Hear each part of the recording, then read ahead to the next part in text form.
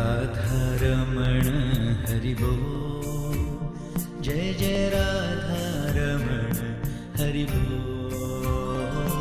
जय राधा रमण हरि बोल, जय जय राधा रमण हरि बोल, जय जय राधा रमण हरि बोल, जय जय राधा रमण हरि बोल,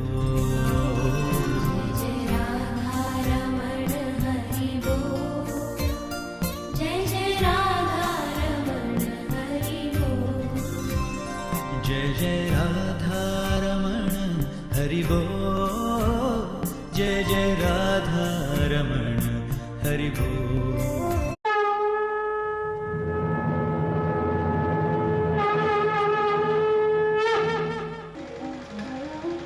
एक बार क्या हुआ, अच्छा एक राहगीर वहां से दूसरा और निकला। उसने उसकी आवाज सुनी, उसने कुएं में झांक कर देखा, ओहो भैया कोई कुएं में गिरा है, इसको बचाना चाहिए, बेचारा बड़ा कष्ट पा रहा है। दयालु स्वभाव का था, तो उसने क्या किया कि एक रस्सी का छोर तो बांध दिया एक पेड़ से, और दूसरी रस्सी का छोर अपनी कमर से बांध करके वह धीरे धीरे सनई सनई उस कुएं में नीचे उतर गया उसको बचाने के लिए।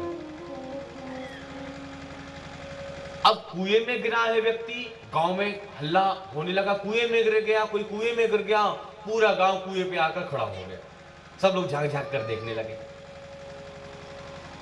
अच्छा कुछ लोग बाद में भी आए, तो बाद में आए जो लोग वो कुएं में जब झांक कर देखते हैं तो एक कहता है, क्यों भाई तुम तो कह रहे थे कि इसमें एक गिरा है, इसमें तो दो लोग गिरे, देखो कुएं में दो लोग हैं, तुम तो कह रहे थे कि एक गिरा, इसमें तो दो गिरे हैं। लेकिन जो पहले से गांव वाले खड़े हुए थे वो कहते हैं, नाना भैया दो नहीं गिरे, एक तो गिरा है और एक उतरा है। जो गिरने और उतरने में अंतर है वही जन्म और अवतार में अंतर है। प्रेम से बोलिए राधे राधे। ये कुआं क्या है? ये कुआं है भवसागर।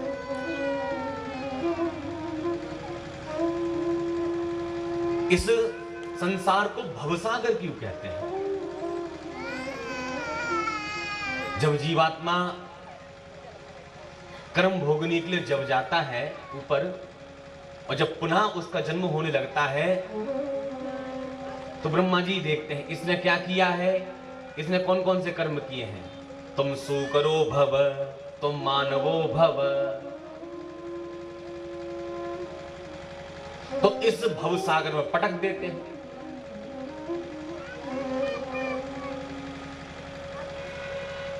ये कुआं है भवसागर, और इस भवसागर रूपी कुएं में हम सभी जीवात्मा कर्मों में बंद करके आकर गिर पड़े। अब भैया गिरे सो चोट खाए, कोई किसी से परेशान, कोई किसी से परेशान। कष्ट जब होता है तो प्रभु को पुकारते हैं, हे प्रभु देख लिया इस संसार को, बस अब हमें निकाल दो इस कुएं से, अब नहीं सहन हो रहा। तो जब भगवान जिस भक्ति की करुण पुकार श्रवण कर लेते हैं, दयालु स्वभाव के हमारे प्रभु जिस भक्त पर कृपा बरसाना चाहते हैं, उस भक्त को बचाने के लिए हमारे परमात्मा अवतार धारण करते हैं, उस भक्त को बचाने के लिए। इसलिए तो हमारे गोस्वामी जी कहते हैं, यह चरित जगावही हरि पद पावही, तेन पर भव कूपा। यह चरित जगावही हरि पद पावही, तेन पर भव कूपा। यह चरित जगावही हरि पद पावही, तेन पर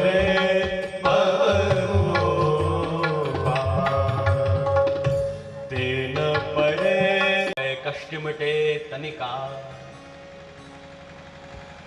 भक्ति कैसी होना चाहिए? हेतु रहे। वेद पुराण संत मत एहू, सकल सुकृत फल राम सनेहु। प्राणी मात्र का यही परम धर्म है। तो भक्ति में हेतु नहीं होना चाहिए, मांगना नहीं होना चाहिए। जाहे न चाहिए कबहु कछु, तुम सन सहज सने। जाहे न चाहिए कबहु कछु, भक्त को कुछ नहीं चाहिए। तो हेतु रहित भक्त की भक्ति होना चाहिए। और दूसरा अप्रतिहता, निरंतर ठाकुर जी के पाद पद्मों में निरंतर प्रीति बढ़ती चली जाए। भक्ति रुके नहीं, भक्ति बढ़ती चली जाए। कैसे? काम करते चलो, नाम जपते चलो, हर समय कृष्ण का ध्यान धरते चलो। मुरली वाले को मन से रिझाते चलो, कृष्ण गोविंद गोपाल गाते चलो। काम करते चलो, नाम जपते चलो, ये भक्ति हमारी होना चाहिए। जैसे नागर को चित गागर में, पनहारी जब पानी भरने के लिए जाती है पनघट पर, तो कई सखियां उसके साथ रहती हैं। अब तो खैर शहरों में तो ये दृश्य देखने को नहीं मिलता। आज भी गांव देहातों में आप देखो तो माताएं बहनें जब कुआं बावड़ी पर जब पानी भरने के लिए जाती हैं, तो एक मटकी के ऊपर दूसरी मटकी, दूसरी मटकी के ऊपर तीसरी मटकी, ऐसे कई सारी मटकियां रख लेती हैं, घड़ा रख लेती हैं।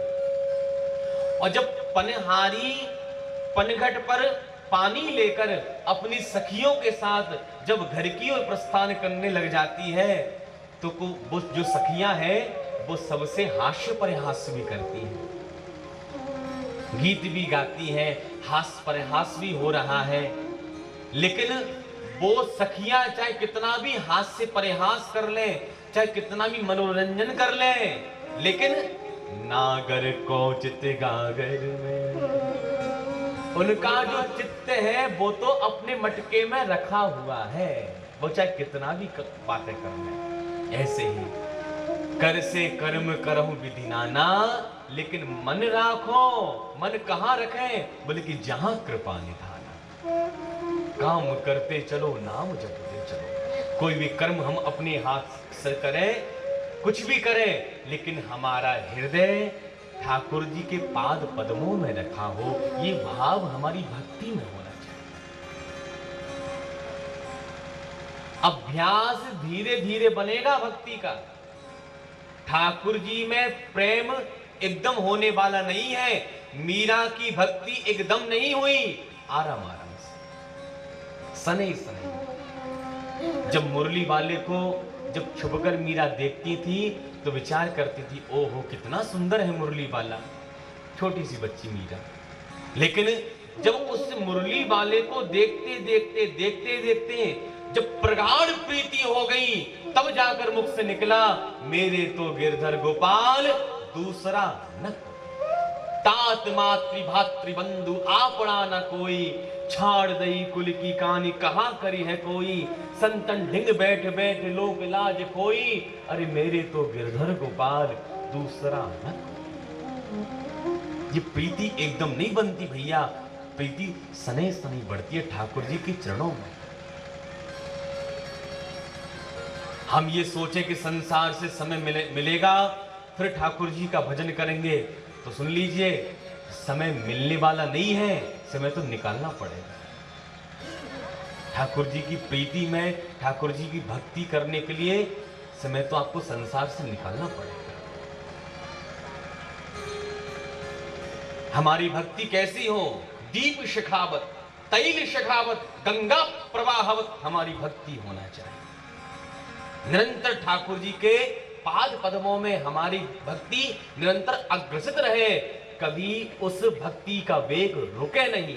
जैसे गंगा जी की धारा जब गौमुख से निकलती है, जब तक अपने प्रियतम सागर का आश्लेष वो नहीं कर लेती, वो धारा बीच में कहीं रुकती नहीं कि हरिद्वार आ गया, प्रयाग आ गया, बनारस आ गया, थोड़ा विश्राम कर ले, नहीं। वो धारा तब से लेकर अब तक अनवरत रूप से बह रही है। क्यों?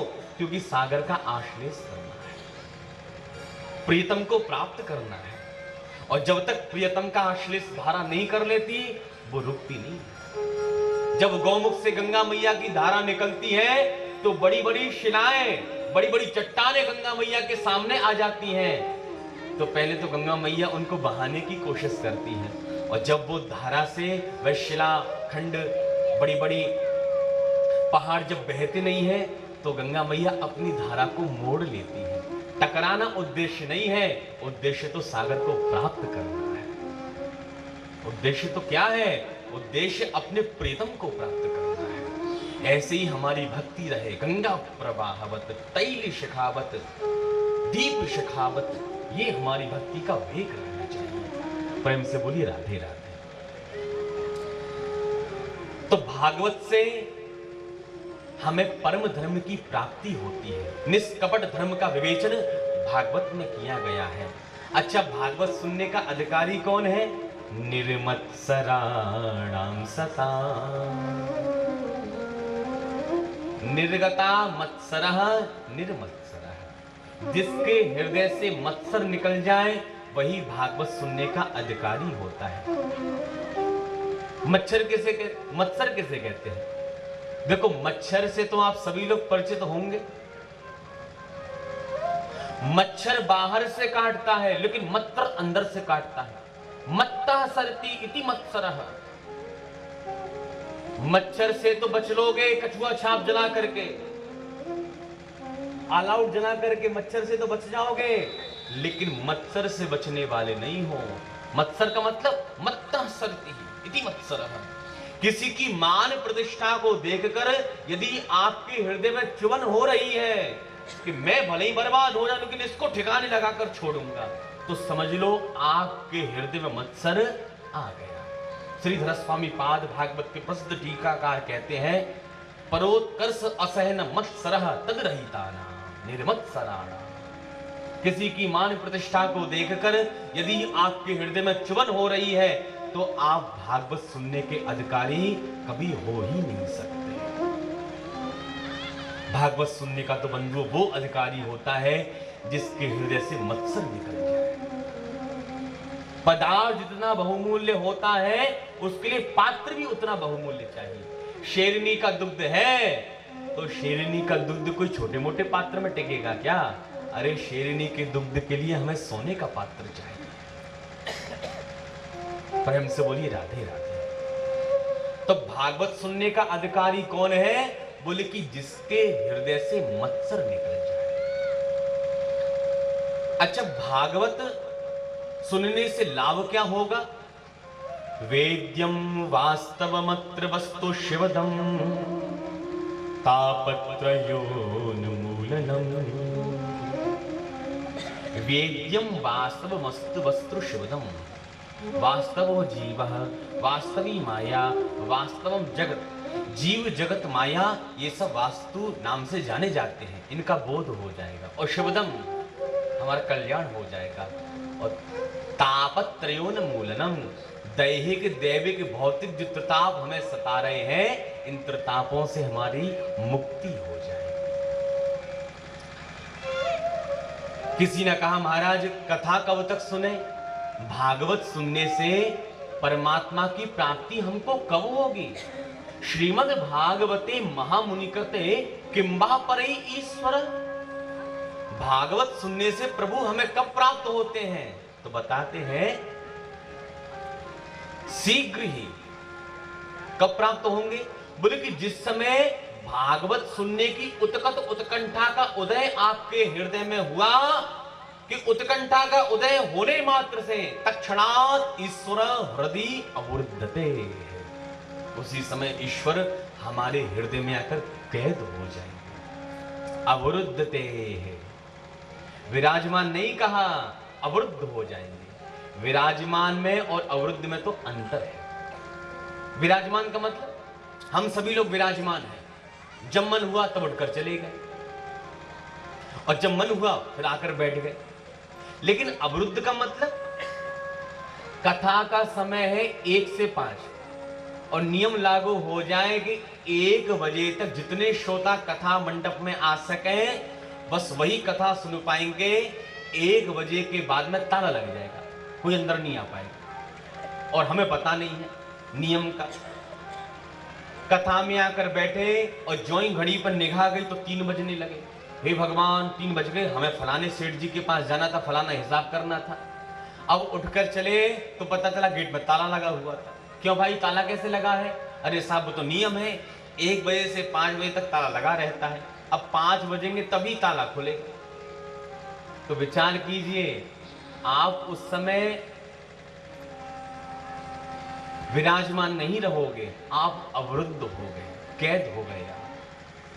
अब चाहे कितना भी कथा में आप अपना मन लगा लो, चित्त लगा लो, लेकिन कथा में मन लगने वाला अब नहीं, क्योंकि मन तो भागने पर लगा हुआ है।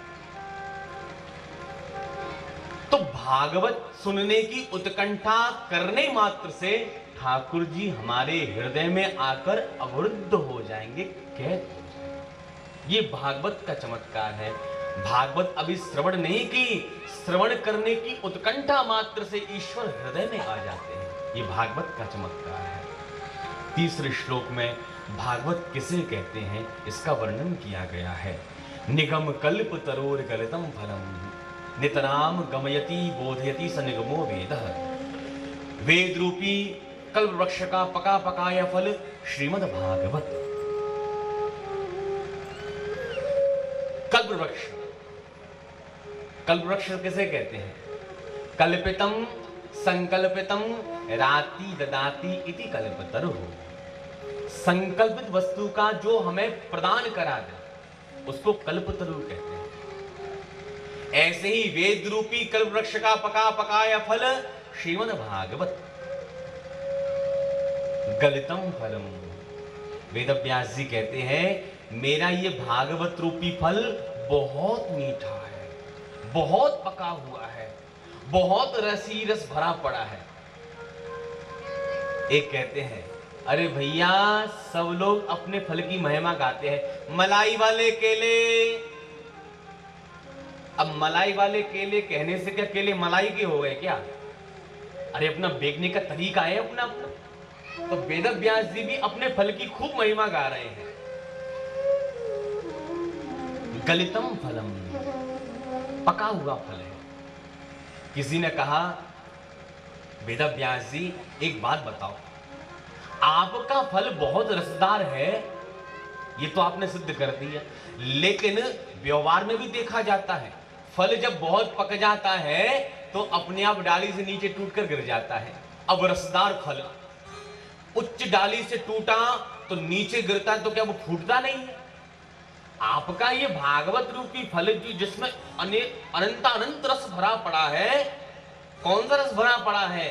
रसो वैसः, ठाकुर जी के रास का रस, दसम स्कंद का रस महाराज इस भागवत रूपी फल में भरा पड़ा है। तो क्या वेद की उच्च शाखा से नीचे टूटा तो गिरकर फूटा नहीं क्या?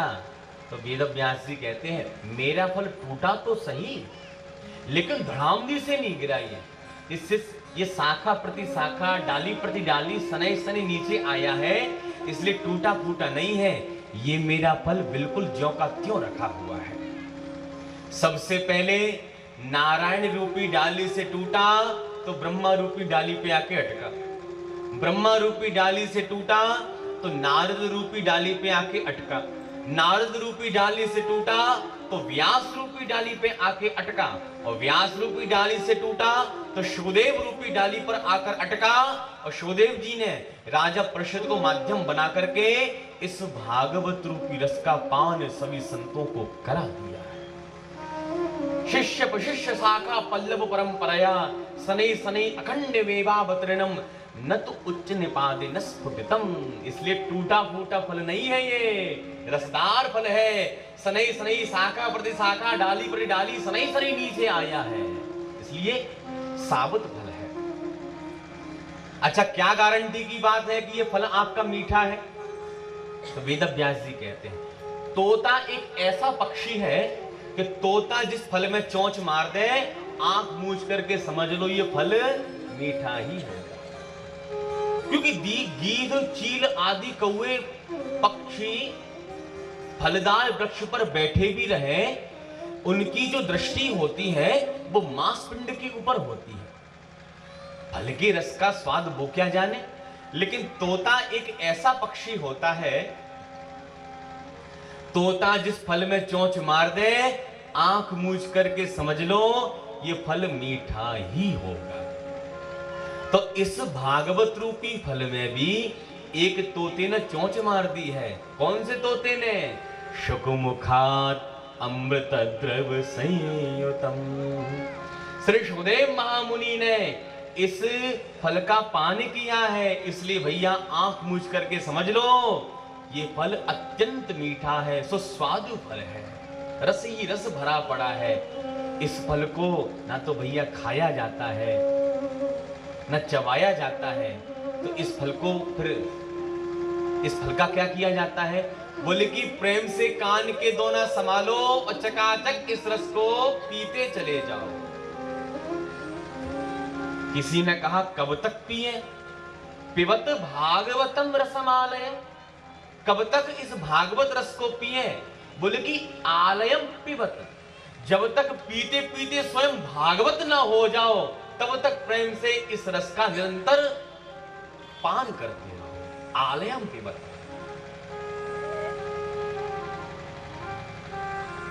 इस रस का पान कराने के लिए वेद व्यास जी ने सबको नहीं बुलाया, तो किनको बुलाया? मुहुरहो रसिका भुवि भावुका। रसिक और भावुक जनों को ही आमंत्रित किया है, क्योंकि रसिक और भावुकों को ही प्यास होती है। अरे भैया, प्यासा ही पानी के महत्व को समझता है। गला चिपचिपा रहा हो, प्यास के मारे खूब गर्मी लग रही हो, भैया वही प्यासा उस जल की एक बूंद का महत्व समझ सकता है। और रसिक भावुक जनों को ही खूब भागवत की प्यास होती है। जब पता चलता है कि भागवत हो रही है तो धावंती रस लंपटा। रस के लंपट जो होते हैं रसिक जन, वो भागते हैं भागवत का रस पान करने के लिए। प्रेम से बोलिए राधे राधे। नैमिषारण्य की पावन भूमि में सौनिकादिक 88,000 महात्मा विराजमान है। नैम से निमसक क्षेत्रे ऋषि शौनकादया सत्रम स्वर्गाय लोकाय सहस्त्र सममाशतः। आज श्री शौनक जी महाराज ने श्री सूत जी महाराज से यहां पर 6 प्रश्न किए हैं। पहला प्रश्न किया, महाराज समस्त शास्त्रों का सार क्या है? दूसरा प्रश्न किया, जीव का कल्याण कैसे हो? तीसरा प्रश्न किया, भगवान अवतार क्यों लेते हैं?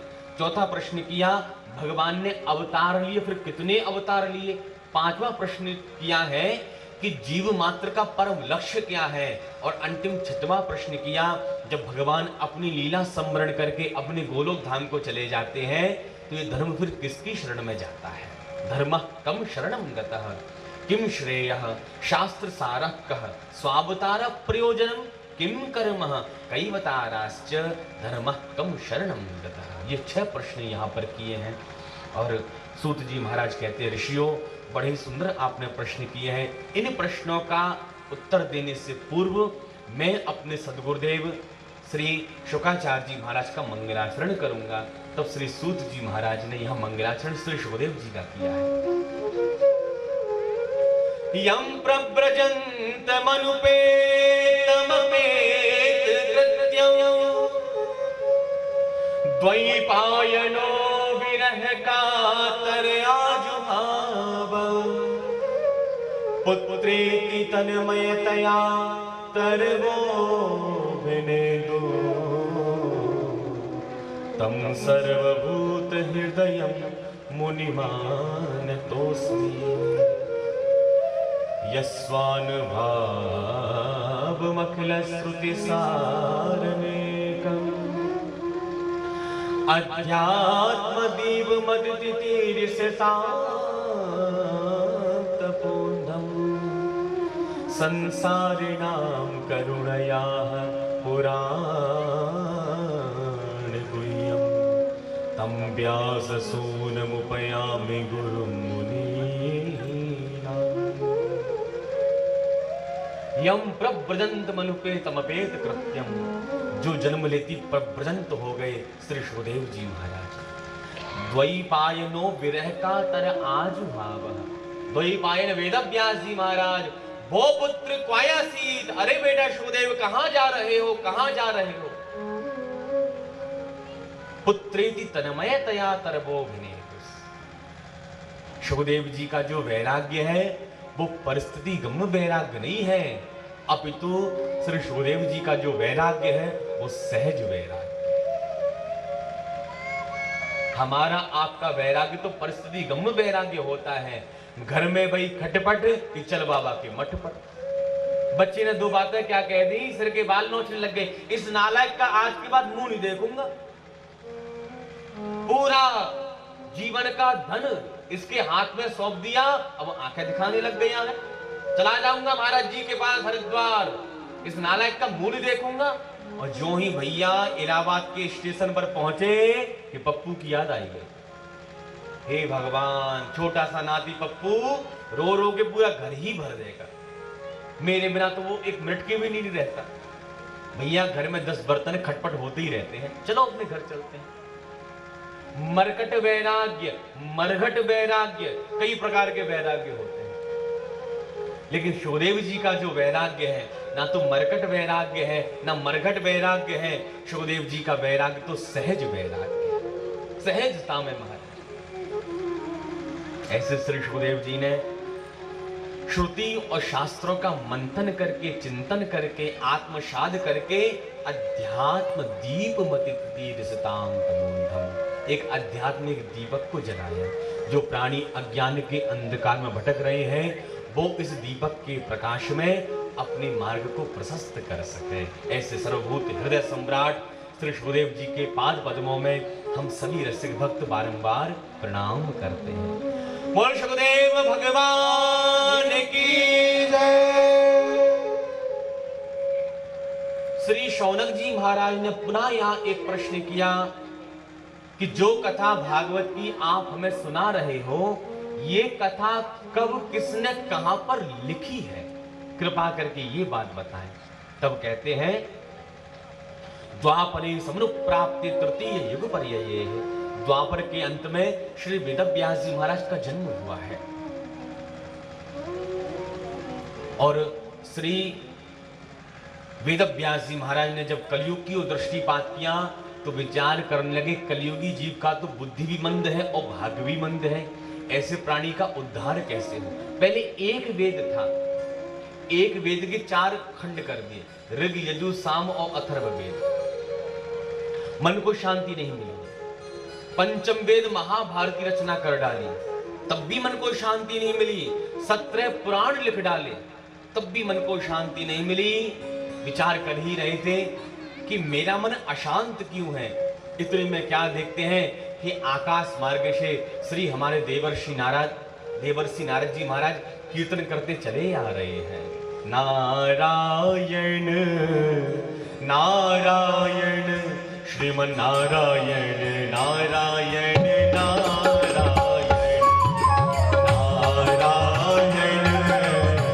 नारायण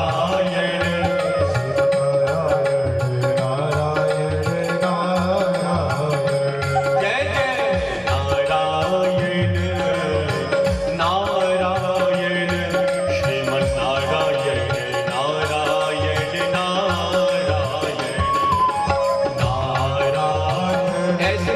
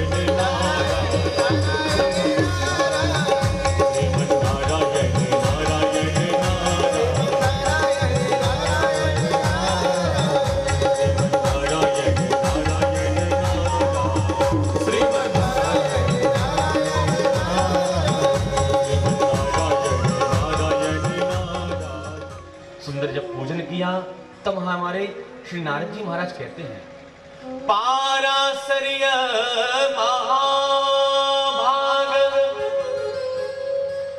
भवतः कच्चिदात्मना मानस एव वा। पाराशर्य महाभाग। यहां देखिए, देवर्षि श्री नारद जी महाराज वेद व्यास जी को पाराशर कहकर संबोधित करते हैं। पराशरत्यापत्यम पुमान पाराशर। पराशर ऋषि के वंश में जितने भी हुए हैं सब पाराशर हुए हैं, इसलिए पाराशर्य महाभाग। हे पराशर ऋषि, क्या बात है, आपने जीव के कल्याणार्थ इतने सारे ग्रंथ लिख दिए, तब भी आपका मुंह लटका हुआ है, क्या बात है। वेद व्यास जी भी यही बात कहते हैं। वेद व्यास जी कहते हैं, हे नारद जी महाराज, मैं क्या करूं, इतने सारे ग्रंथ, इतने वेद, महाभारत इत्यादि मैंने इतने सुंदर सुंदर ग्रंथ लिखे, लेकिन मेरे मन को उत्साह प्राप्त नहीं हो रहा।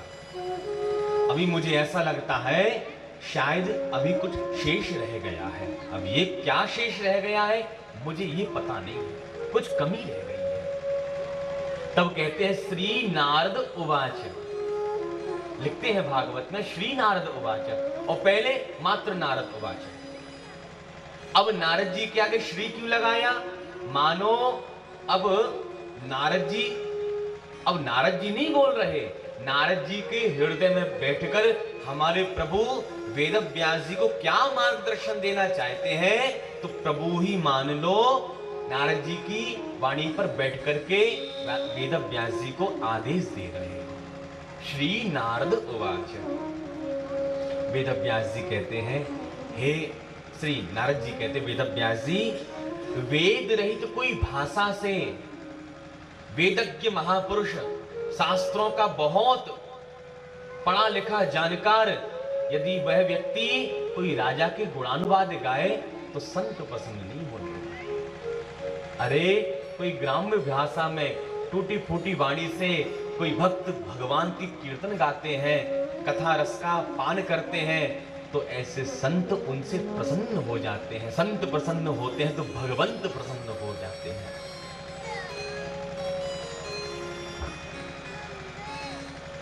श्री नारद जी महाराज यहां अपने पूर्व जन्म की कथा भी श्रवण कराते हैं।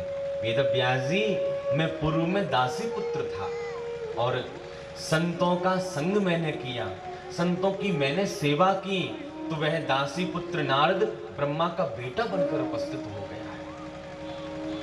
और जब मैं ब्रह्मा का बेटा बनकर उपस्थित हुआ तो दौड़ते दौड़ते मैं वैकुंठ में पहुंचा, और जब मैंने प्रभु का दर्शन किया तो चरणों में गिर पड़ा और फूट फूट कर रोना प्रारंभ कर दिया। प्रभु, आपका दर्शन पाने के लिए बड़ा ही लालायित मैं था। देवदत्ता मीमांबीड़ा स्वर ब्रह्म विभूषिता मूर्छित्वा हरि कथा गायमानश्चराम्यहम्।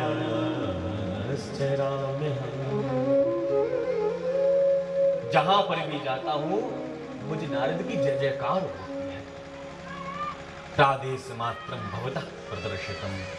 सुंदर उपदेश नारद जी महाराज ने वेद व्यास जी को जब दिया तो वेद व्यास जी को अपने मन की कमियां खली, वो समझ गए क्या शेष रह गया। उसी समय अपनी शम्या प्रास नाम की कुटिया में आए, सरस्वती नदी में स्नान किया, ब्रह्म नद्याम सरस्वत्याम आश्रम पश्चिमेतटे। सम्यक प्रास नाम की कुटिया में आए और बैठे, जैसे प्रभु के पाद पद्मों का स्मरण किया कि भगवान भागवत की भागीरथी हृदय में उत्कंठित होने लगी, सुंदर सुंदर भाव जागृत होने लगे। और स्मरण किया गणेश जी महाराज का, तो गणेश जी महाराज नीचे गुफा में जाकर बैठे। तो मानो वेद व्यास जी महाराज बोलते चले जा रहे हैं और उधर गणेश जी महाराज लिखते चले जा रहे हैं। कुछ ही समय में परमहंसों की सहायता भागवत महापुराण लिख करके तैयार हो गई। बोल भागवत भगवान की जय। श्री वेद व्यास जी महाराज जब उपस्थित हुआ, लेखनी तोड़ दी, आंखों में आंसू आ गए, अब कुछ लिखना शेष नहीं रह गया, सब कुछ लिख दिया। लेकिन ग्रंथ तो बहुत सुंदर उपस्थित हुआ है। सबसे पहले सुनाऊं किसको? याद आ गया, बेटा शुभदेव। शुभदेव को सुनाना चाहिए। न जाने शुभदेव जंगल में कहां आंख मूंद कर बैठा होगा, मुझे तो पता भी नहीं है। उसी समय अपने जैमिनी, कमी, वैशंपायन आदि सभी प्रधान शिष्यों को बुलाया और उनसे कहते हैं, बच्चों जाओ और भागवत की यत्र तत्र श्लोकों का प्रेम से खूब गुणानुवाद करो, खूब इन श्लोकों का गान करो। तो वह शिष्य जंगल में आए और जहां श्री शुभदेव जी महाराज समाधि लगाकर बैठे हुए थे, वहीं एक शिष्य ने भागवत के 10वें स्कंद के 21वें अध्याय का 5वां श्लोक गाया है। और इस श्लोक में भगवान की रूप माधुरी का चमत्कार है। भगवान लगते कैसे हैं, भगवान का स्वरूप कैसा है। वह श्लोक गाता है, बरहा पीडम नटवर बपो कर्णयो कर्णकारो बिभ्रद्वासः कनककपिशं वैजयन्तीं च माला रन्ध्राण वेणोरधरसुधया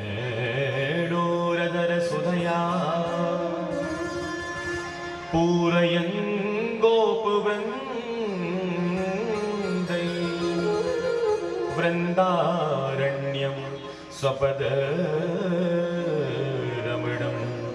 प्राविशद गीतकीर्ति। इस श्लोक का सुंदर भाव है, वरहा पीडम नटवर वपुः। मोर का मुकुट भगवान के सिर पर सुशोभित हो रहा है। नटवर वपुः, नटेषु वरेषु श्रेष्ठः। नट और वर इन दोनों में श्रेष्ठतम दिखाई पड़ रहे हैं हमारे प्रभु। कर्णयो कर्णिकारं, कनेर का पुष्प कानों में लगे हुए हैं। वैजयंती च मालां, गले में वैजंती माला पड़ी हुई है।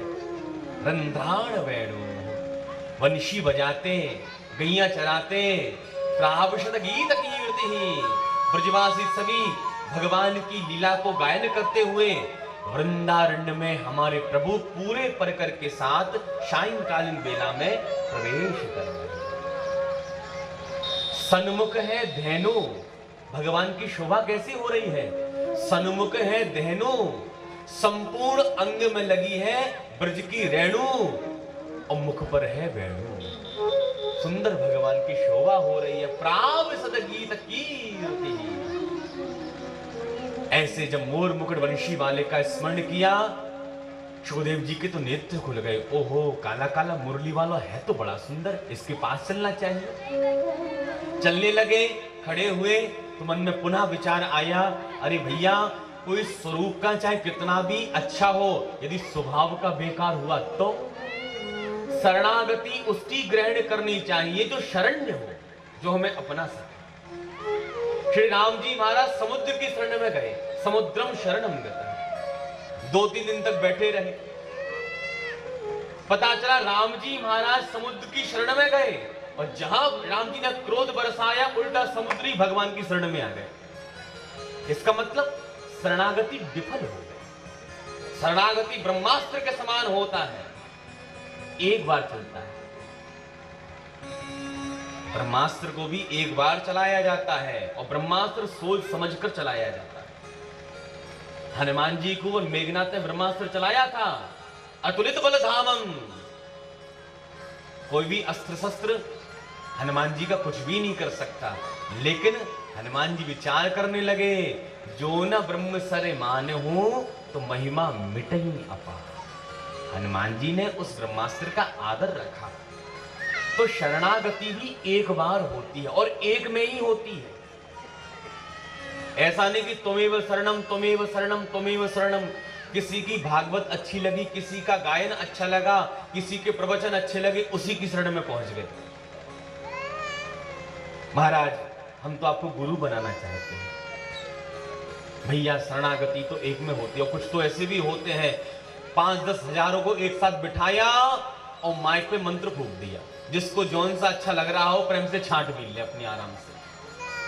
प्रेम से बोलिए राधे राधे। शरणागति ऐसी नहीं होती है। शरणागति के लिए तो भैया बहुत पात्रता की आवश्यकता है।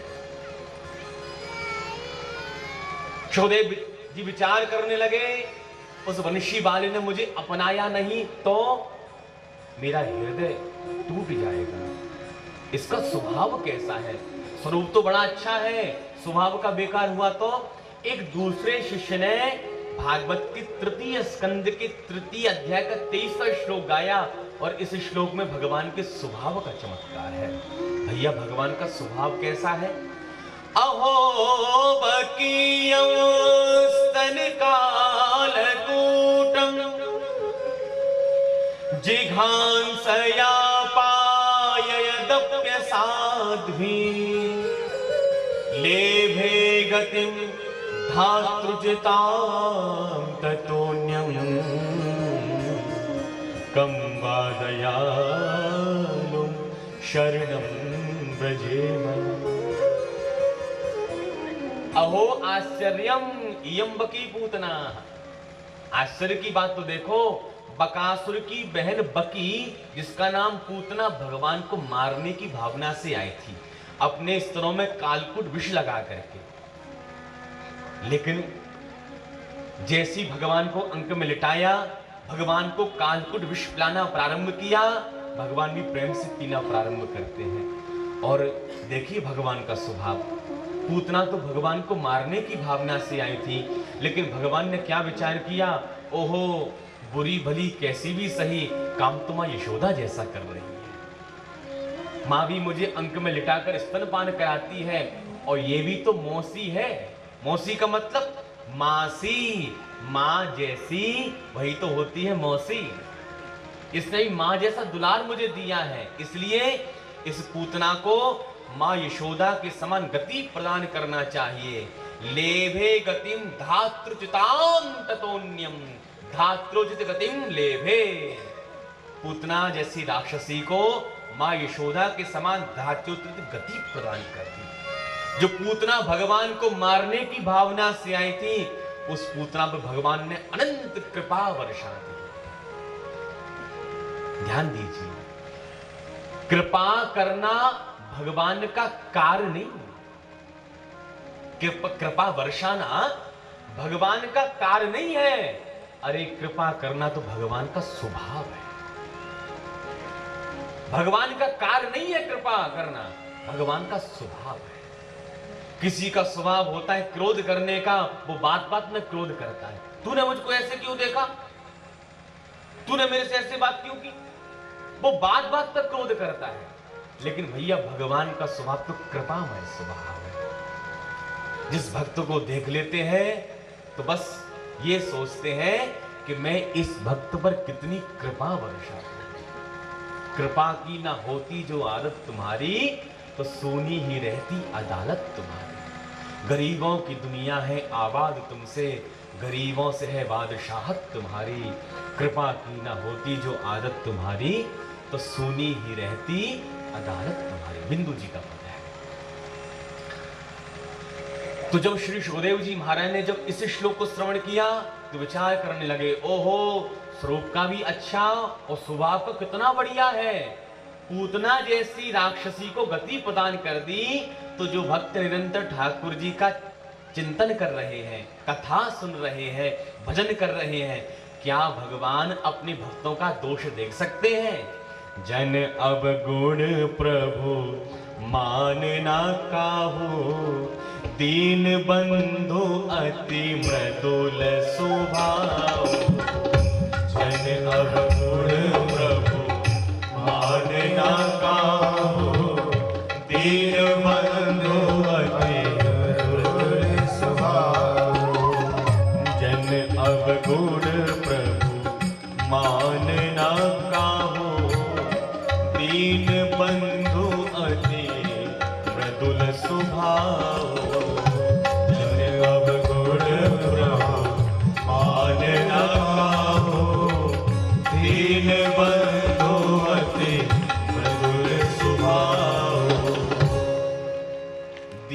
बंधु अति मृदुल स्वभाव। भगवान का तो स्वभाव बड़ा ही मृदुल है। सुखदेव जी के नेत्र खुल गए। हरे गुणाक्षिप्त मते भगवान वादरायणः।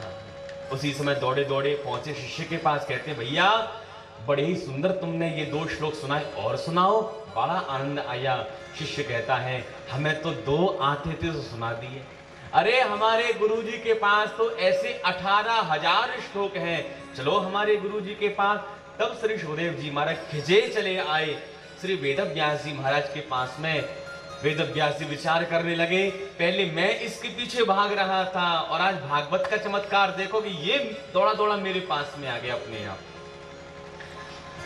पिता की संपत्ति का पुत्र अधिकारी होता है, ये सही बात है, लेकिन भागवत पुत्र समझकर श्रवण नहीं कराई, अपितु भागवत का पात्र समझकर श्री वेदव्यास जी ने संपूर्ण भागवत संहिता श्री सुखदेव जी को यहां पान कराई है। जलेबी सिककर तैयार हो गई, नाम तो पड़ गया जलेबी, लेकिन भैया वो जलेबी खाने में कब अच्छी लगेगी? जब उस जलेबी को चाशनी में डुबा दिया जाएगा, तब खाने में अच्छी लगेगी। भागवत लिख करके तो वेदव्यास ने तैयार की, लेकिन जब सुखदेव जी के हृदय रूपी चाशनी में जब वो भागवत आई, उसमें इतना रस भर गया, इतना रस भर गया, और ऐसी भागवत को राजा परीक्षित को माध्यम बनाकर सभी संतों को इस भागवत रस का पान करा दिया है। शौनक जी महाराज कहते हैं, हे श्री सूत जी महाराज, वेदव्यास जी एक परमहंस, सुखदेव जी एक परमहंस, तो एक परमहंस ने दूसरे परमहंस को कथा सुनाई, ये बात तो ठीक है, लेकिन श्री सुखदेव जी महाराज ने राजर्षि परीक्षित को भागवत की कथा क्यों श्रवण कराई? कृपा करके ये प्रसंग हमें बताइए। तब कहते हैं सूत जी महाराज कि मैं तुम्हें महाभारत की कथा श्रवण कराता हूं। यदा मृधे कौरव संजयाना वीरेश्वथो वीरगतिं गतेसो प्रकोदरः विद्धि गदाभिमर्श भग्नुरुदण्डे धृतराष्ट्रपुत्रे। बोले कि जिस समय महाभारत का अंतिम निर्णायक युद्ध चल रहा था दुर्योधन और भीमसेन के बीच में, आज भीमसेन की गदा ने दुर्योधन की जंगा का उर्दंड भेदन कर दिया। मरणासन्न अवस्था में दुर्योधन को वहीं छोड़कर सभी पांडव विजय का शंख बजाते हुए अपने शिविर में आए हैं। लेकिन भगवान द्वारकाधीश पांडवों के पास पहुंचे और कहते हैं, हे प्रिय पांडवों, विजय की प्रथम रात्रि है, शिविर में सोकर बिताओगे? अरे चलो मेरे साथ, प्रेम से किसी जंगल में एकांत स्थान पर महोत्सव बनाते हैं। अरे विजय की प्रथम रात्रि। पांचों पांडवों को अपने साथ लेकर के जंगल में एक एकांतिक स्थान पर चले गए। इधर अश्वत्थामा गुरु द्रोणाचार्य का बेटा दुर्योधन से मिलने के लिए आया और कहता है, महाराज दुर्योधन, आपकी ये दशा देखकर बड़ा कष्ट हो रहा है। आपने अपनी सेना का नायक उनको बनाया जो हृदय से हमेशा पांडवों का हित चाहते थे। शरीर से तुम्हारे साथ थे, लेकिन हृदय से पांडवों का हित चाहते थे। एक अवसर मुझे प्रदान किया होता तो ये दृश्य तुम्हारे सामने कभी देखने को नहीं होता। दुर्योधन कहता, मित्र अश्वत्थामा, अब जो हुआ सो तो हो गया, अब तू मेरे लिए क्या कर सकता है? अश्वत्थामा कहता है, आप जो आदेश करोगे सो मैं पालन करूंगा। आपको किस बात की कमी लग रही है? आपको क्या चाहिए? दुर्योधन कहता है, कष्ट तो मात्र एक बात का है, हम 100 भाई थे, उनमें से एक नहीं बचा, और पांडव 5 भाई थे, उनमें से एक नहीं मरा। 100 में से एक नहीं बचा और 5 में से एक नहीं मरा। 5 में से एक आदमी मर जाए तो मन को थोड़ी शांति तो मिल ही जाएगी। दुष्ट व्यक्ति मरते मरते अपनी दुष्टता कभी छोड़ता नहीं। अश्वत्थामा कहता, तुम एक की बात करते हो, मैं 5 का सिर काटकर अभी लेकर के आता हूं। और काकोलू का न्याय से अर्धरात्रि में पांडवों के शिविर के ऊपर हमला कर दिया। अब भगवान तो पांचों पांडवों को अपने साथ लेकर चले गए। पांडवों की रिक्त शैया पर द्रौपदी के 5 पुत्र जाकर के सो गए और इधर अश्वत्थामा ने मौका देखकर जब आक्रमण किया शिविर के ऊपर, पांडवों के धोखे में पांडव पुत्रों का सिर काट दिया है और उन कटे हुए शिरों को हाथ में लेकर के पहुंचा रणभूमि में और कहता है, दुर्योधन तुम एक ही बात कर रहे थे, देखो मैं 5 का सिर काट कर ले आया। पहले तो दुर्योधन बड़ा ही प्रसन्न हुआ, जब उन कटे हुए सिरों की ओर जब ध्यान से देखा तो रोने लग गया। अरे पापी, ये पांडव नहीं है, मैं पहचान गई ये पांडव पुत्र है। अरे इनको मारकर अब तो तूने वंश में कोई पानी देने वाला भी नहीं छोड़ा। इन बच्चों से मेरा क्या बैर था? मेरा बैर तो पांडवों के साथ था। खूब विलाप करने लगा। अंत में दुर्योधन का प्राण तो हो गया। अश्वत्थामा समझ गया यदि पांडव जीवित हैं तो अब मुझे वो छोड़ने वाले नहीं है। भागा अश्वत्थामा प्राण बचा करके। इधर प्रातः काल हुआ, द्रौपदी जी ने जब शिविर में प्रवेश किया तो क्या देखती हैं, 5 बच्चों का शव पड़ा हुआ है, सिर का तो पता ही नहीं है। चीत्कार करने लगी, माता शिशूनां निधनं सुतानां निशम्य घोरं परितप्यमाना तदा रुदद बाष्पकलाकुलाक्षी तां सान्त्वयन्नाह किरीटमाली। माता शिशूनां निधनं सुतानां। अरे किस पापी ने मेरे बच्चों का वध कर दिया? चीत्कार करने लगी। जब उस विलाप अवस्था को जब भीम और अर्जुन ने देखा, अर्जुन ने गांडी उठा लिया। देवी द्रौपदी खेद मत करो, जिस पापी ने तुम्हारे बच्चों का सिर काटा है तुम्हारे सामने लाकर के ही उस पापी को मृत्यु दंड दूंगा। और द्वारकाधीश को साथ लेकर के अश्वत्थामा का पीछा जब अर्जुन ने किया, खूब अस्त्र शस्त्रों का प्रयोग किया। अश्वत्थामा ने समझ गया अश्वत्थामा कि अब नहीं मैं बच सकता, तो ब्रह्मास्त्र का प्रयोग किया। इधर अर्जुन ने भी ब्रह्मास्त्र का प्रयोग किया। दोनों ब्रह्मास्त्र टकराने को हुए तो अर्जुन ने दोनों ब्रह्मास्त्रों को शांत किया और उससे कूदकर अर्जुन ने अश्वत्थामा को जंजीरों में जकड़ रखा है, बांध दिया। भगवान कहते हैं ब्रह्म बंधु मिमं जयी। भैया अर्जुन इसको छोड़ो मत, इसका सिर अभी काट कर रख दो, तुम्हारे बच्चों का इसने वध किया है। तब अर्जुन कहते हैं द्रौपदी जी से वादा करके आया हूं कि उसके सामने ही दंड दूंगा। घसीटते हुए जब सभा के मध्य जब अश्वत्थामा को लाया गया और द्रौपदी जी से कहते हैं, हे देवी द्रौपदी, इसी पापी ने तुम्हारे बच्चों का वध किया है। तो जब द्रौपदी जी ने अश्वत्थामा की ओर दृष्टिपात किया, आंसू को पहुंचकर अश्वत्थामा की रस्सियां खोलने लग गई है। मुच्यता मुच्यतामेश ब्राह्मणो नितराम गुरु।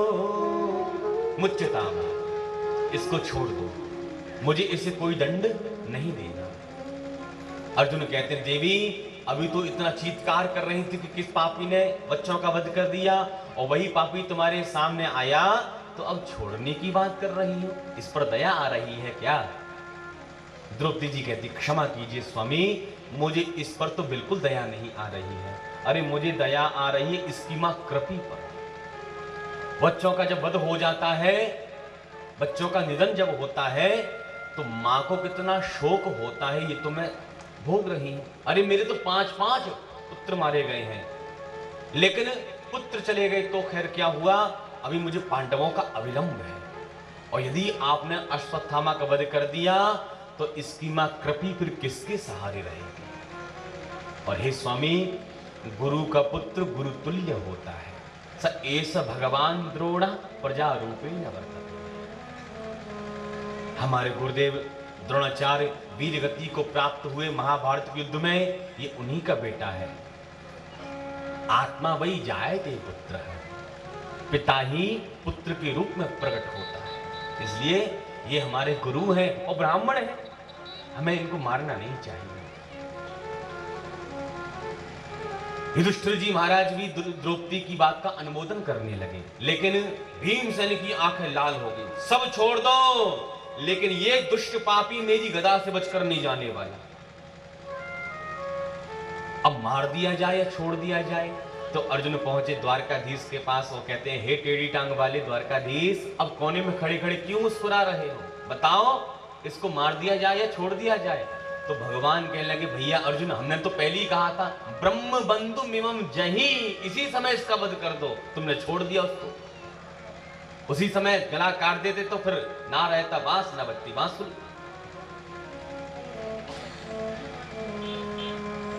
अर्जुन कहते हैं, तो बताइए प्यारे, अब हम क्या करें? भगवान कहते हैं, मैं तो शास्त्रों की बात करता हूं और जो मैं कहूंगा वो सबको मानना ही होगा। तो सभी पांडव एक स्वर में कहते, महाराज ठीक है, जो आप आदेश दोगे हम सब उस बात का पालन करेंगे। क्या कहना चाहते हो? तो भगवान कहते हैं, शास्त्रों में लिखा है कि ब्रह्म बंधुर्न हन्तव्यः आततायी बधार्हणः मयैवो वयमानातं परिपालयनुशासनम्। शास्त्रों में लिखा है, ब्रह्म बंधुर न हंतव्य है। ब्राह्मण कितना भी पतित हो जाए, कितना भी गिर जाए, ब्राह्मण का कभी वध नहीं किया जाता। और दूसरा, आदताई बधारहणः, आदताई कोई भी हो, किसी भी देश का हो, किसी भी जाति का हो, किसी भी धर्म का हो, आदताई को छोड़ना नहीं चाहिए। आतंक कब नष्ट होगा? जब हम आदताई का वध करेंगे। और एक आदताई का सिर कट जाएगा तो जो मंत्रणा बना करके बैठे हुए हैं वो सब शांत हो जाए। आतंक का अंत, आदताई का वध।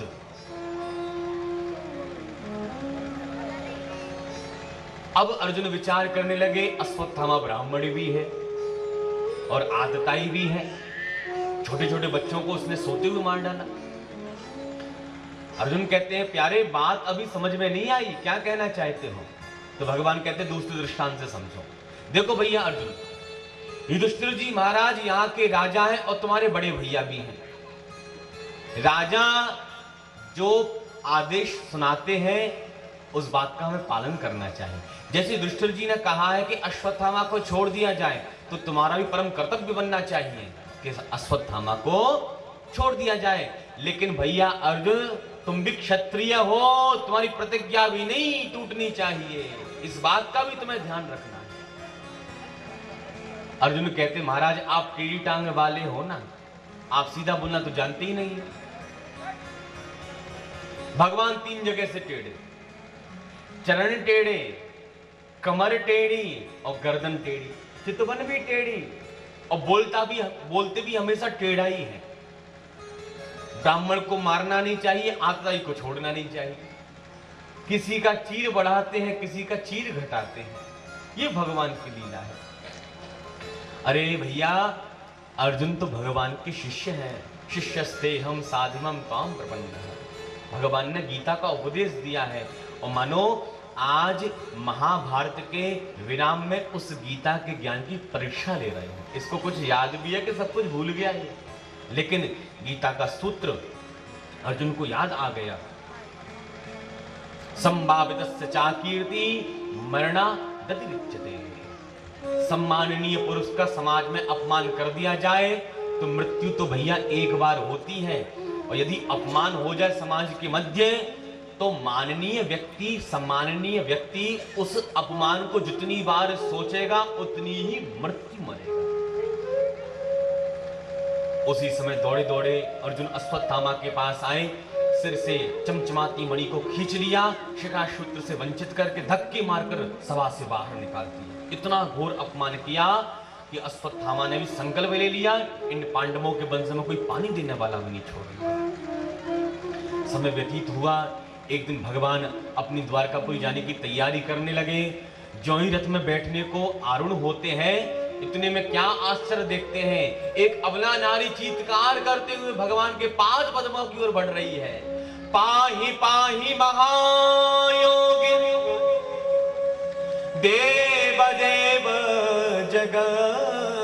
जगते नान्यम त्वद्वयं पश्ये यत्र मृत्यु परस्परं।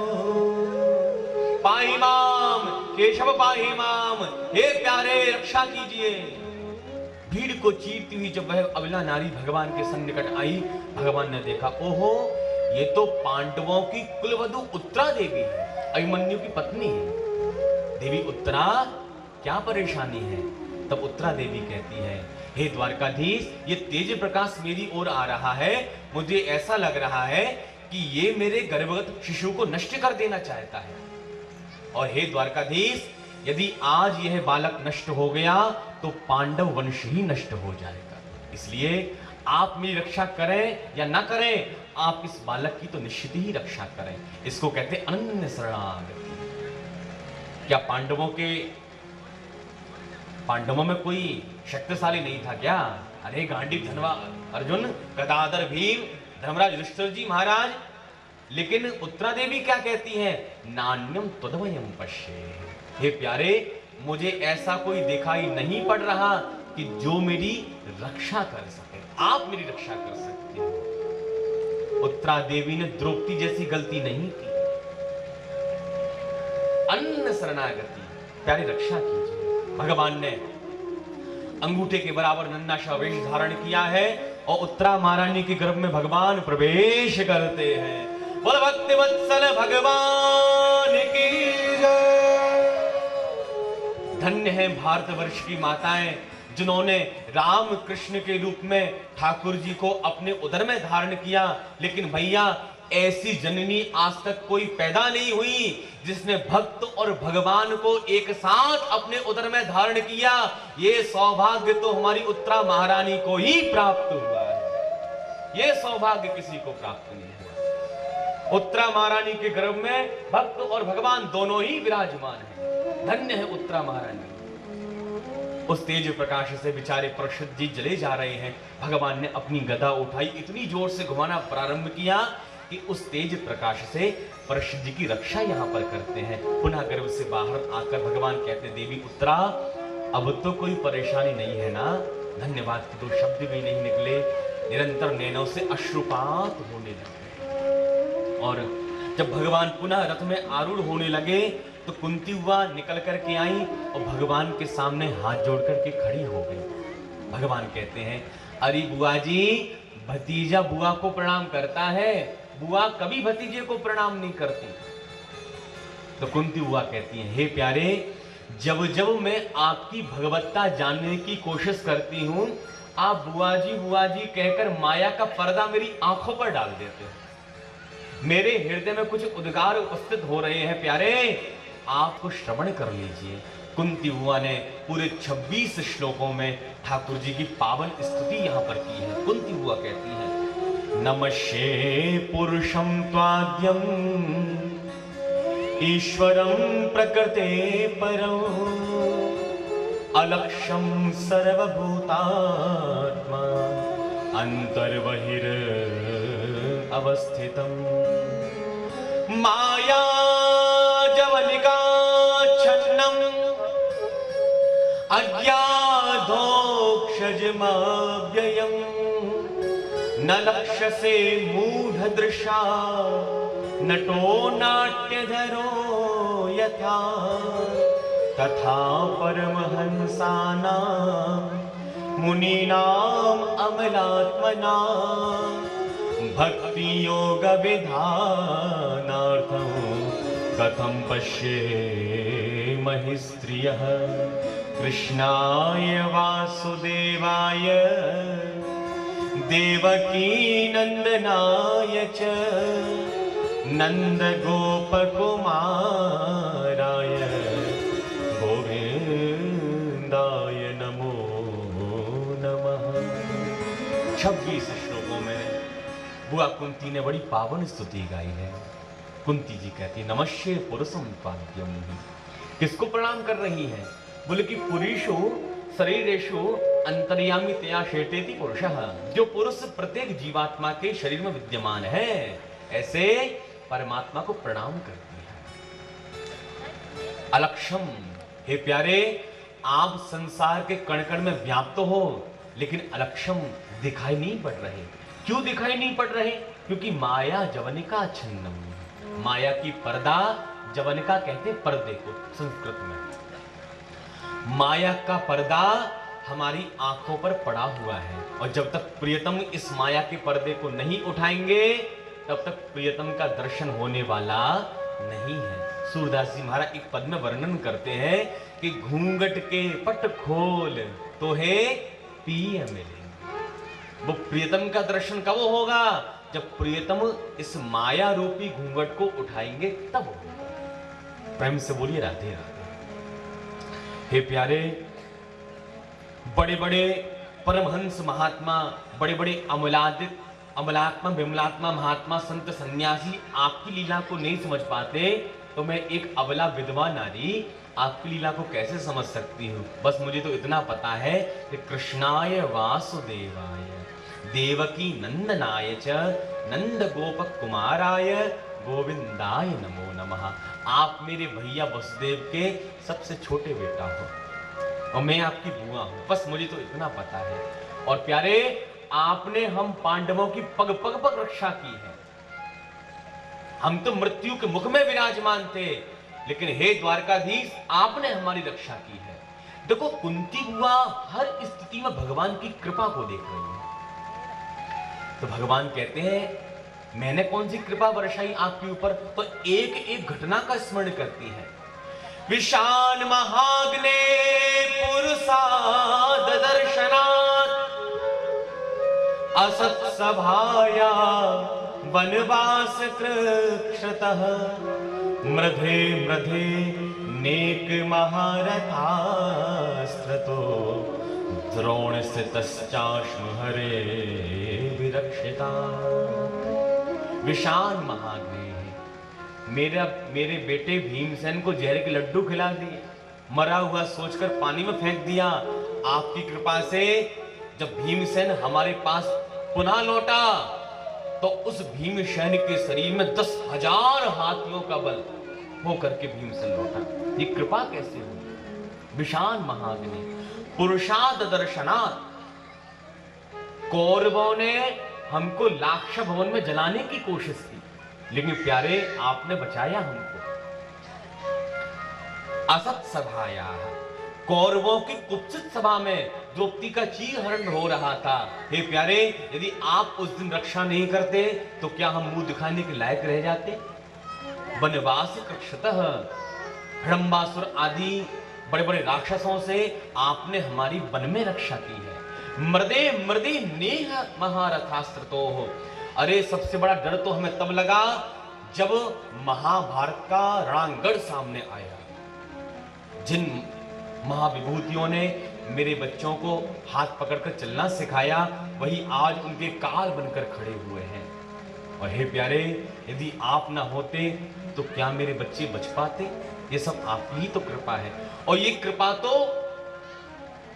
बाद की है, समय हो गया इस कृपा को तो। और अभी अभी द्रोणस्य तस्चास्म हरे भ्रक्षता, द्रोणी के अस्त्र से आपने उत्तरा के गर्भगत शिशु की रक्षा की। यदि आपने उस बालक की रक्षा नहीं की होती तो पांडव वंश ही आज नष्ट हो जाता। आपने रक्षा की है महाराज। और हे प्यारे, जब हमारे ऊपर कष्ट आते तो आप द्वारकापुरी छोड़ छोड़कर हमको बचाने के लिए आते, और आज हमारे पास सुख समृद्धि आ गई, धन वैभव आ गया, तो आप हमको छोड़कर अब द्वारकापुरी जा रहे हो। हे प्यारे, आप जा तो रहे हो, लेकिन जाते जाते ये कुंती बुआ आपसे एक वरदान मांगना चाहती है। हाँ बुआ जी, मांगिए, कौन सा वरदान चाहिए? अरे, कुंती बुआ ने तो ऐसा वरदान मांगा बंधुओं कि आज तक कोई सोच भी नहीं पाया है। हाँ हाँ बुआ जी, मांगिए, क्या वरदान चाहिए? तो कुंती बुआ कहती है, विपदा शंतु न शश्वत तत्र तत्र जगत गुरो भवतो दर्शनम यस्यात् अपुनर्भव दर्शनो। हे प्यारे, आप जा तो रहे हो, जाते जाते इस बुआ को बस एक ही वरदान देते जाइए कि मुझ कुंती के जीवन में जितनी विपत्तियां आ रही हैं, उतने ही कष्ट, उतनी विपत्तियां लगातार मेरे जीवन में निरंतर ही आती रहे। प्रभु ये वरदान मुझे आप दीजिए। भगवान तो हंसने लगे, अरे कुंती बुआ, आपने तो जीवन पर्यंत कष्ट भोगे और आज सुख की थोड़ी सी घड़ी आई तो आप उस सुख की घड़ी में भी कष्ट मांग रही हो। कष्ट क्यों मांग रही हो? बोले कि प्यारे, जब कष्ट रहते हैं ना तो आपकी याद बनी रहती है, और जब सुख आ जाता है तो आपको कौन याद करता है? कह हनुमंत विपत्ति प्रभु सोई, जब तब सुमिरन भजन न हो। इसलिए तो वृंदावन के एक रसिक महात्मा कहते हैं कि दुखों से चोट यदि खाई ना होती, दुखों से चोट यदि खाई ना होती तो कान्हा तुम्हारी याद आई ना हो। जब भैया जीवन में कष्ट आते हैं, तकलीफें आती हैं, और जब जीवन में खूब संघर्ष आता है, तब बंशी वाले की हमें खूब याद आती है। सुख के माथे सिर पड़े, जो हरि हृदय सो जाए, अरे बलहारी बा दुख की, जो पल पल नाम रटा। हे प्यारे, इसलिए हमें सुख नहीं चाहिए, हमें तो कष्ट चाहिए। भगवान कहते कुंती हुआ, जब आप कष्ट मांग रही हो और आप मुझे रोक रही हो, तो अब मैं द्वारकापुरी जाता ही नहीं हूं। तो द्वारकापुरी जाने का भगवान ने प्रोग्राम यहाँ कैंसिल किया और पांडवों का हाथ पकड़कर अब पुनः महलों में भगवान प्रवेश करते हैं। श्री वृंदावन बिहारी लाल की जय। एक बार युधिष्ठिर जी महाराज को विषाद हुआ तो पांडवों को साथ लेकर पितामह भीष्म के पास भगवान यहाँ पधारे, और पितामह भीष्म ने भगवान को देखा तो बड़े प्रसन्न हुए और भगवान से कहते हैं, हे प्यारे, अब जाने का समय आ गया है, लेकिन जाते जाते आपसे एक वरदान मांगना चाहता हूँ। बस पितामह भीष्म की आप स्तुति को और श्रवण कर लीजिए, उसी वाणी को मेरा बस 5 मिनट में प्रेम से बोलिए राधे राधे। जब आप जैसे रसिक श्रोता जब कथा सुनने को जब बैठते हैं तो फिर समय का ध्यान ही नहीं रह पाता, खूब आनंद आता है फिर कथा कहने में और कथा सुनाने में। प्रेम से बोलिए राधे राधे। पितामह भीष्म कहते हैं, हे प्यारे, समय हो गया अब हमारे जाने का, लेकिन जाते जाते मैं आपसे एक वरदान मांगना चाहता हूं। सदैव देवो भगवान प्रतीक्षता, कलेवरं या वदिदं हिनोम्यहम्, प्रसन्न हासा ऋणलो चलो न सन, मुखाम्बुजो ध्यान पतश्चतुर्भुज। पितामह भीष्म कहते हैं, अहम यावत इतम कलेवरम न हिनोमि तावत भगवान प्रतीक्षता। हे प्यारे मुरली मनोहर, जब तक मैं इस कलेवर का परित्याग कर कर नहीं चला जाता, आप मेरे सामने ऐसी खड़े रहिए। जो ये वरदान मांगा, अब भगवान का खिलखिलाता हुआ मुखारबिंद लटक गया। प्रभु विचार करने लगे, अब तो लग गई हमारी ड्यूटी। विचार कीजिए, कोई मरना चाहता है क्या? इनके मरने का मन न जाने कब हो, कब तक यूं ही हमें खड़ा रहना पड़े। तो भगवान का मुखारबिंद मुरझा गया। तो पितामह भीष्म कहते हैं, प्यारे, ऐसा लटका हुआ मुख मुझको नहीं देखना है। तो कैसा मुख देखना है?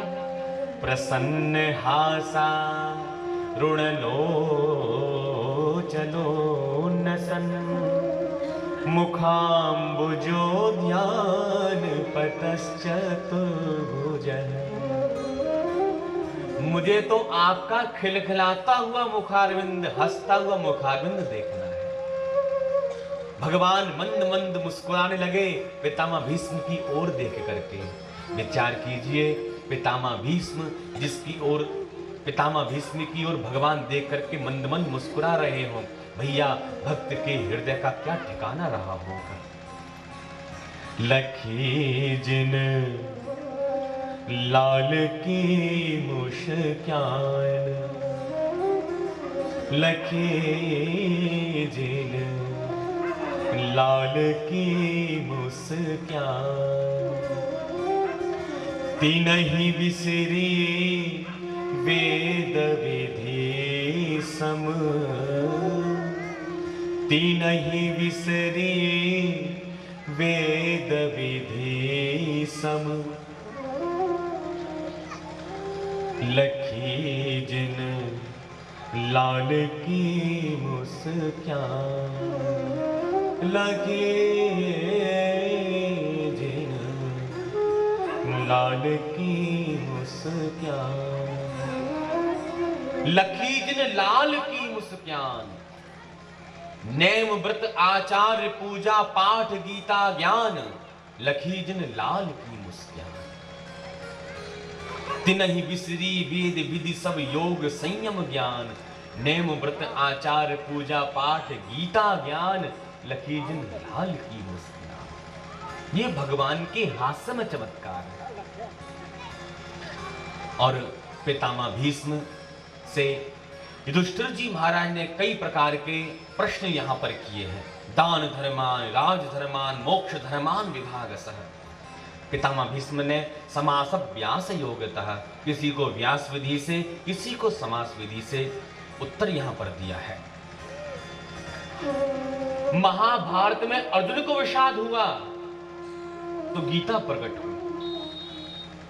महाभारत के युद्ध में जब अर्जुन को विषाद हुआ तो गीता वहां प्रकट हुई। और यहां पर भागवत में जब युधिष्ठिर जी को विषाद होने लगा तो भीष्म गीता यहां प्रकट हुई। माघ शुक्ल एकादशी का पावन दिन आया। माघ का महीना, शुक्ल पक्ष एकादशी की तिथि। सूर्य भी उत्तरायण और प्रभु भी हमारे उत्तरायण। भगवान उत्तरायण कैसे हुए? जब से भगवान हमारी उत्तरा महारानी के उदर में गए हैं तब से मानो उत्तरा महारानी का उदर उनका निवास स्थान बन गया हो, ऐसे प्रभु उत्तरायण हमारे। बाणों की शैया पर निवास कर रहे हैं, सो रहे हैं। अब प्रभु के चरणों में पुष्पांजलि भेंट करना है तो पुष्पांजलि के लिए फूल कहां से लाए? तो पुष्प ताग्र्याक्षंद के माध्यम से। छंद कौन सा चुना अपनी स्तुति के लिए? पुष्प ताग्र्याक्षंद के माध्यम से मानो अपनी वाणी की पुष्पांजलि प्रभु के श्री चरणों में निवेदित करते हो। 11 श्लोकों में बड़ी पावन स्तुति यहाँ पर की है, बड़े भाव से आप लोग श्रवण करें। भीष्म पितामह कहते हैं, इतिमति रूप कल्पिता तृष्णा भगवती सात्वत पुंग में विभूमि।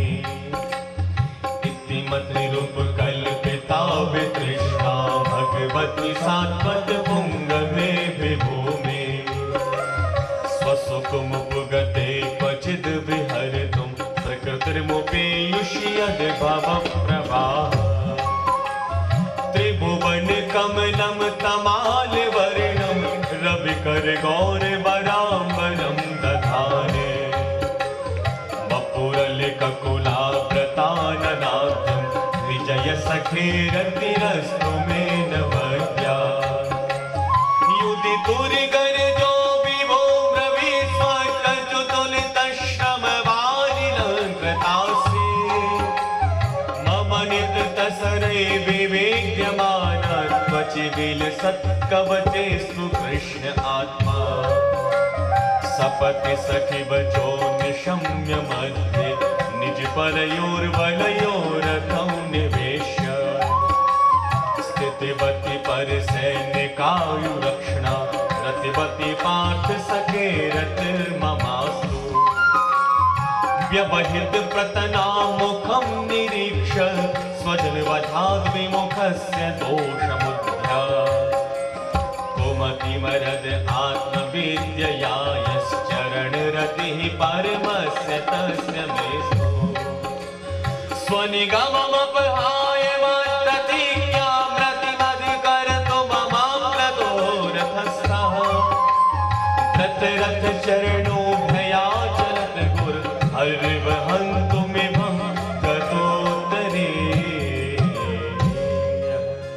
बोलो भक्त वत्सल भगवान की जय। पितामह भीष्म जी महाराज ने बाणों पर सोते सोते भगवान के श्री चरणों में बड़ी सुंदर पुष्पांजलि यहाँ पर चढ़ाई है। पितामह भीष्म कहते हैं, हे प्यारे, अंत समय आ गया है जाने का, लेकिन जाते जाते कन्यादान करना चाहता हूँ। प्रभु कहते हैं, अरे पितामह भीष्म जी, जब आपका ही विवाह नहीं हुआ तो आपकी बेटी कहाँ से आ गई? आप काय का कन्यादान करोगे? तो पितामह भीष्म कहते हैं, इतिमती, ये जो मती है मैंने इसको अपनी पुत्री बना लिया। और हे प्यारे, ये जो मती है तृष्णा, किसी भी प्रकार की तृष्णा इस मती में नहीं है। पुत्रेष्णा वित्रेष्णा लोकेष्णा, गोस्वामी जी कहते हैं, सुत वित्त लोक ईष्णा तीनी और केही के मति इन कृतना मलिनी। अरे ऐसा कौन है जिसकी मति में ये तृष्णा ना हो? लेकिन पितामह भीष्म दावे के साथ कहते हैं, महाराज मे मति तृष्णा, मेरी मति इन तीनों तृष्णाओं से रहित है। और ऐसी मति को मैंने अपनी श्रीमती नहीं बनाया, मैंने अपनी पुत्री बना लिया। और ऐसी मति के हे प्यारे आप ही पति हो सकते हो, इसलिए हे प्यारे आप मेरी मति को अपना लीजिए। बड़ी सुंदर स्तुति यहाँ पर की है। अंत में महाभारत के कई प्रसंगों का वर्णन यहाँ पर किया गया और भगवान की रासलीला का सुंदर स्मरण किया। रासलीला का स्मरण करते करते करते करते एक तेज प्रकाश शरीर में से निकला, जो भगवान के श्री चरणों में आकर विलीन हो गया है। उसी समय हमारे पितामह भीष्म का यहाँ महाप्रयाण हुआ है। बोल पितामह भीष्म जी महाराज की जय। द्वादश भागवतों में हमारे पितामह भीष्म हैं। स्वयंभुर नारद शंभु कुमार कपिलो मनु प्रहलादो जनको भीष्मो बलिर्वैयास कृवयम् द्वादशे ते दुजानीमो धर्मान भागवतम भटाः। ये 12 महाभागवत कहे जाते हैं। उनमें से एक हमारे पितामह भीष्म जी महाराज का महाप्रयाण यहाँ पर हुआ है। और प्रत्येक भक्त यही तो चाहता है कि देहांत काले तुम सामने हो, मुरली बजाते मन को लुभाते, यही गीत गा के मैं तननाथ त्यागू, हे नाथ नारायण वासुदेव। प्रत्येक के मन में यही तो भाव आता है कि हे प्यारे, बस श्री गंगा जी का तट हो, कान्हा का वंशी बट हो, मेरा सांवरा निकट हो, जब प्राण तन से निकले। यही तो भाव भक्ति के मन में होता है। आइए, पितामह भीष्म का महाप्रयाण हुआ है। ठाकुर जी का नाम स्मरण हम लोग यहाँ पर करते हैं। वाणी को आज यही विराम देते हैं। अब चूंकि आप लोग मध्याह्न में आज 1 बजे मैं तो खैर 1:15 बजे यहाँ आ गया था मंच पर, तब यहाँ पर कोई भी नहीं था। 2-5 भगत बैठे हुए थे। देखो भैया, समय का आप लोग ध्यान रखोगे तो फिर कथा 5:30 नहीं बजा पाएगी, और आप ही लोग लेट आएंगे, फिर कैसे कथा में आनंद आ पाएगा। इसलिए कल आप लोग समय का विशेष आप लोग ध्यान रखें, क्योंकि आप लोग बहुत दूर दूर से आते हैं। मैं कई वाहनों को यहाँ देख रहा हूँ, कई लोग बहुत दूर दूर से आए हैं। इसलिए आप लोग भी कथा श्रवण करके समय पर अपने घर पहुँच जाए। इसलिए आप लोग समय से आइए, समय से कथा प्रारंभ करेंगे और समय पर भी कथा विश्राम करेंगे। कल की कथा में भगवान की सुंदर सुंदर चरित्रों का श्रवण आपको कराया जाएगा। देखो, कल की कथा में श्री ध्रुव जी महाराज का पावन चरित्र, सती जी का पावन चरित्र, भगवान कपिल ने माता को शांग शास्त्र का उपदेश दिया। सुंदर सुंदर योग के कई नियम हैं, भक्त कितने प्रकार के होते हैं, कई प्रकार की सुंदर सुंदर कथाएं हैं। तो 1 बजे से कथा को प्रारंभ करेंगे। अभी ध्रुव जी महाराज की झांकी हमारे सामने आएगी। कथा तो चूंकि आप कल के प्रसंग में श्रवण करेंगे, ध्रुव जी महाराज की झांकी हमारे सामने आएगी। आप कोई भक्त अपने स्थान से खड़े नहीं होंगे जब तक कीर्तन पूरा ना हो जाए। आप अपने स्थान से बैठे बैठे ध्रुव जी महाराज की झांकी का दर्शन करें और आइए मेरे साथ प्रेम से ठाकुर जी का नाम कीर्तन करें। बड़े भाव के साथ में श्री ध्रुव जी महाराज की जीवन है तेरे हवाले मुरलिया वाले, जीवन है तेरे हवाले मुरलिया वाले, जीवन है तेरे हवाले मुरलिया वाले, जीवन है तेरे हवाले मुरलिया वाले, बाके मुरलिया वाले प्यारे मुरलिया वाले, बाके मुरलिया वाले प्यारे मुरलिया वाले, बाके मुरलिया वाले प्यारे मुरलिया वाले, बाके मुरलिया वाले प्यारे मुरलिया वाले, जीवन है तेरे हवाले मुरलिया वाले, जीवन है तेरे हवाले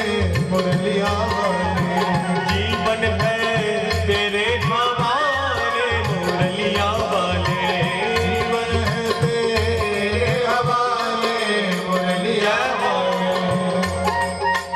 जय हो।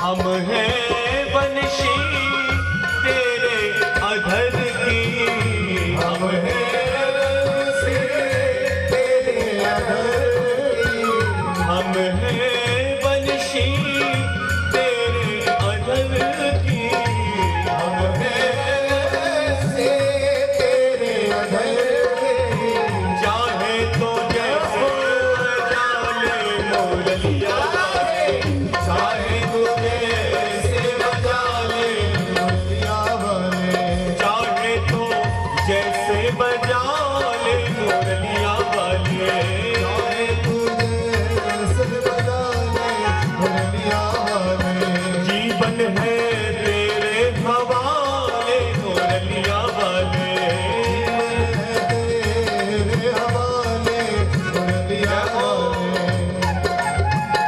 जय हो।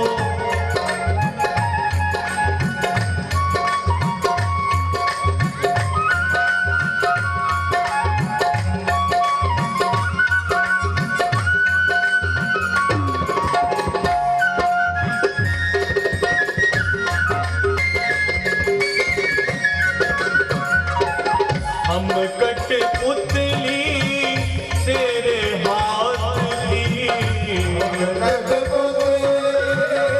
तेरे हाथ हम कठपुतली तेरे हाथ की, हम तेरे